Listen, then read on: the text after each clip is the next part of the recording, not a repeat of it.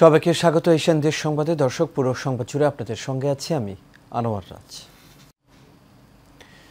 জামালপুরের ইসলামপুরে ধর্মমন্ত্রী ফরিদুল হক খান দুলালের সঙ্গে দেখা করে বের হওয়ার সময় পিস্তল সহ দুই যুবককে আটক করেছে নেতাকর্মীরা। রোববার রাতে ধর্মমন্ত্রীর নির্বাচনী এলাকা ইসলামপুর পৌর শহরের জেলা পরিষদ ডাকবাংলোতে এই ঘটনা ঘটে। আটককৃতরা হল পার্শ্ববর্তী মেলান্দহ উপজেলার তানভীর আহমেদ তপু ও নিহাল আহমেদ ললাট। ইসলামপুর থানার ওসি সুমন তালুকদার জানান, দুই যুবক ধর্মমন্ত্রীর সঙ্গে সাক্ষাৎ করে বের হয়ে যাওয়ার সময় জুতা পরতে গেলে তাদের একজনের পেছনে পিস্তল দেখতে পেয়ে উপস্থিত নেতাকর্মীরা তাদেরকে মারধর করে পুলিশে খবর দেয়। পরে দুই যুবককে আটক করে থানায় আনা হয়। তদন্ত শেষে তাদের বিরুদ্ধে আইনগত ব্যবস্থা নেওয়া হবে।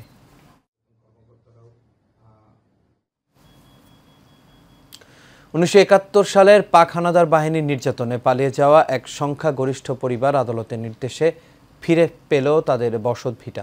বগুড়া জেলার শেরপুর উপজেলার খানপুর ইউনিয়নে শিবপ্রসাদদের বসতবাড়ি পুড়িয়ে দিয়েছিল পাকিস্তানি বাহিনী।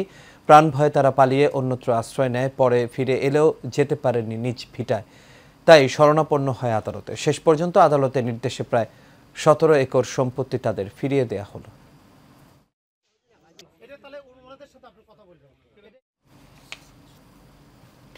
ময়মনসিংহের ভালুকায় 10 বছরের শিশু ধর্ষণের ঘটনায় আসামি পারভেজ মিয়াকে গ্রেপ্তার করেছে ভালুকা মডেল থানা পুলিশ। ভালুকা মডেল থানার ওসি জাহাঙ্গীর আলম এই বিষয়টি নিশ্চিত করেন। তিনি বলেন, সকালে গোপন সংবাদের ভিত্তিতে এসআই আলমগীর হোসেন অভিযান চালিয়ে ভালুকা পৌর এলাকা থেকে আসামি পারভেজকে গ্রেপ্তার করে।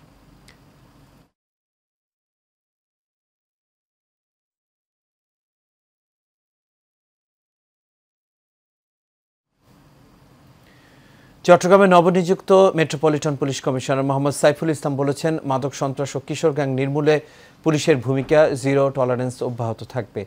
দামপাড়া পুলিশ লাইনের মাঠ সংলগ্ন মাল্টিপারপাস শেডে সাংবাদিকদের সাথে মতবিনিময় সভায় প্রধান অতিথির বক্তব্যে তিনি এসব কথা বলেন। এ সময় আরও উপস্থিত ছিলেন আসম মাহাতাব উদ্দিন, পিপিএম সেবা অতিরিক্ত পুলিশ কমিশনার আব্দুল মান্নান মিয়া, বিপিএম অতিরিক্ত পুলিশ কমিশনার মোহাম্মদ মাসুদ আহমদ সহ আরও অনেকে।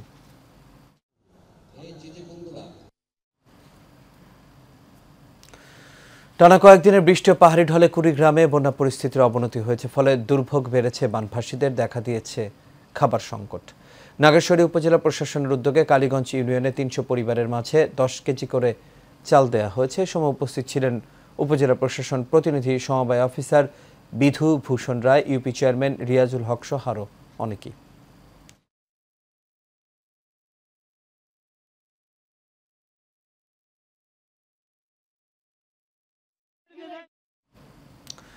কুমিল্লার নাঙ্গলকোটের রায়কোট উত্তর ইউনিয়নে স্থানীয়দের উদ্যোগে 2 ধাপে 80 কেজি মাছের পোনা অবমুক্ত করা হয়েছে। এ সময় উপস্থিত ছিলেন উপজেলা মৎস্য অফিসার ইসরাত জাহান, ইউপি সদস্য নাসির মোল্লা সহ এলাকার গণ্যমান্য ব্যক্তিবর্গ। এ সময় মৎস্য অফিসার ইসরাত জাহান বলেন, কেউ যদি জোগড্ডা সহ অন্যান্য মুলিয়াতে কারেন্ট জাল দিয়ে মাছ ধরে তার বিরুদ্ধে ব্যবস্থা নেবে ভ্রাম্যমাণ আদালত। তাহলে মৎস্য অফিসার মহোদয় উনি বলছেন 1 থেকে 3 বছর কারাদণ্ড হতে পারে। উনি যেভাবে বলছেন। ঝালকাঠির নলছিটিতে উপসি চমন ধানের আবাদ ও উৎপাদন বৃদ্ধির লক্ষ্যে বিনামূল্যে বীজ, সার ও নারিকেল চারা বিতরণ করা হয়েছে। নলছিটি কৃষি প্রশিক্ষণ কেন্দ্রে কৃষি সম্প্রসারণ অধিদপ্তরের উদ্যোগে 7100 জন কৃষকের মাঝে বীজ, সার ও 900 জন কৃষকের মাঝে নারিকেল চারা বিতরণ করা হয়।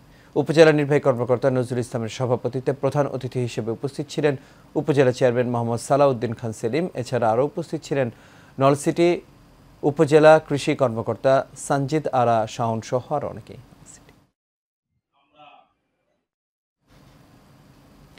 নোয়াখালী সদর উপজেলা পরিষদের নবনির্বাচিত চেয়ারম্যান ও ভাইস চেয়ারম্যান সহ সদস্যদের নিয়ে প্রথম সভা অনুষ্ঠিত হয়েছে। দুপুরে উপজেলা পরিষদের সভা কক্ষে উপজেলা নির্বাহী অফিসার আখিনুর জাহান নূরের সভাপতিত্বে অনুষ্ঠানের প্রধান অতিথি হিসেবে উপস্থিত ছিলেন সংসদ সদস্য একরামুল করিম চৌধুরী। এ সময় আরও উপস্থিত ছিলেন উপজেলা পরিষদের চেয়ারম্যান AKM শামসুদ্দিন জিহান, উপজেলা ভাইস চেয়ারম্যান মোহাম্মদ ইয়াসিন রাজু, মহিলা ভাইস চেয়ারম্যান নীলুফা মুমিন, উপজেলা কৃষি অফিসার মোহাম্মদ মোশারেফুল হাসান সহ আরও অনেকেই। দারিদ্রতার কষ্টের দিন শেষ করে স্মার্ট দেশ গড়তে প্রত্যয় আশ্রয়ণ প্রকল্পের উপকারভোগীদের জীবনযাত্রার মান উন্নয়নে ছাগল বিতরণ করেছে উপজেলা প্রশাসন। রংপুরের তারাগঞ্জ উপজেলা নির্বাহী অফিসার রুবেল রানার সহযোগিতায় এডিপির অধীনে আশ্রয়ণ প্রকল্পের বাসিন্দাদের মাঝে 37টি ছাগল দেওয়া হয়। এ সময় উপস্থিত ছিলেন উপজেলা চেয়ারম্যান আনিসুর রহমান লিটন, সহকারী কমিশনার জিন্নাতুল ইসলাম, কোষাই ইউনিয়ন পরিষদের চেয়ারম্যান আফজালুর হক ও প্রকল্প বাস্তবায়ন কর্মকর্তা আলতাফ হোসেন সহ আরও অনেকে। বরগুনার তালতলীতে 5,300 ক্ষুদ্র ও প্রান্তিক কৃষকের মাঝে বিনামূল্যে নারকেল চারা, বীজ ও সার বিতরণ করা হয়েছে। সকালে উপজেলা পরিষদ চত্বরে আনুষ্ঠানিকভাবে কৃষকদের মাঝে এই প্রণোদনা দেওয়া হয়। চলতি 2023-24 অর্থ বছরের খরিফ 2 মৌসুমে উফশি, আমন ধান ও নারকেল আবাদ ও উৎপাদন বৃদ্ধির লক্ষ্যে কৃষি প্রণোদনা কর্মসূচির আওতায় উপজেলার 4,800 কৃষকের মাঝে আমন ধানের বীজ ও সার প্রদান করা হয়। বীজ ও সার বিতরণকালে উপস্থিত ছিলেন উপজেলা চেয়ারম্যান রেজবি উল কবির, উপজেলা নির্বাহী কর্মকর্তা সিফাত আনোয়ার, টুম্পা সহ আরও অনেকেই।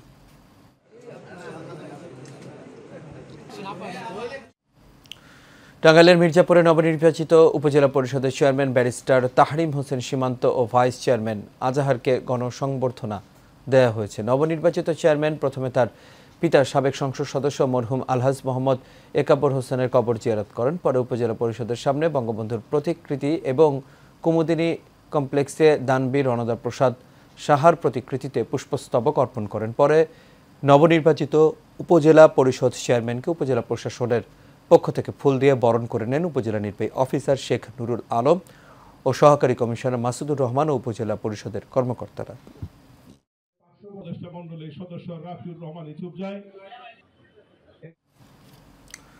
চট্টগ্রামে আন্তর্জাতিক ইসলামী বিশ্ববিদ্যালয়ের ব্যাচেলর প্রোগ্রাম 2024 সেশনের ওরিয়েন্টেশন অনুষ্ঠিত হয়েছে।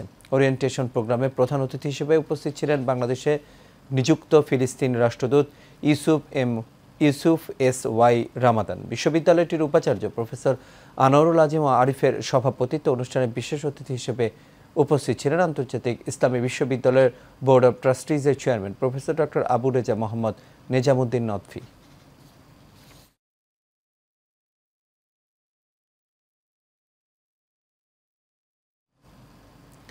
চট্টগ্রাম মিরসরাইয়ে বর্ণিল আয়োজনে উদযাপিত হয়েছে শ্রী শ্রী জগন্নাথ দেবের রথযাত্রা উৎসব। রথের দড়ি টানতে রাস্তার দুপাশে অবস্থান নেয় সনাতন ধর্মাবলম্বী হাজার হাজার নারী পুরুষ। এদিকে রথযাত্রা উৎসবকে ঘিরে সকাল থেকেই উপজেলার বিভিন্ন মন্দিরে ছিল নানা আয়োজন। উপজেলার করেরহাট ইউনিয়নের পশ্চিম জোরারগঞ্জ বাজারে জামালপুর জগন্নাথ দেব মন্দির, মিরসরাই উপজেলার রথ নিয়ে মঙ্গল শোভাযাত্রা অনুষ্ঠিত হয়।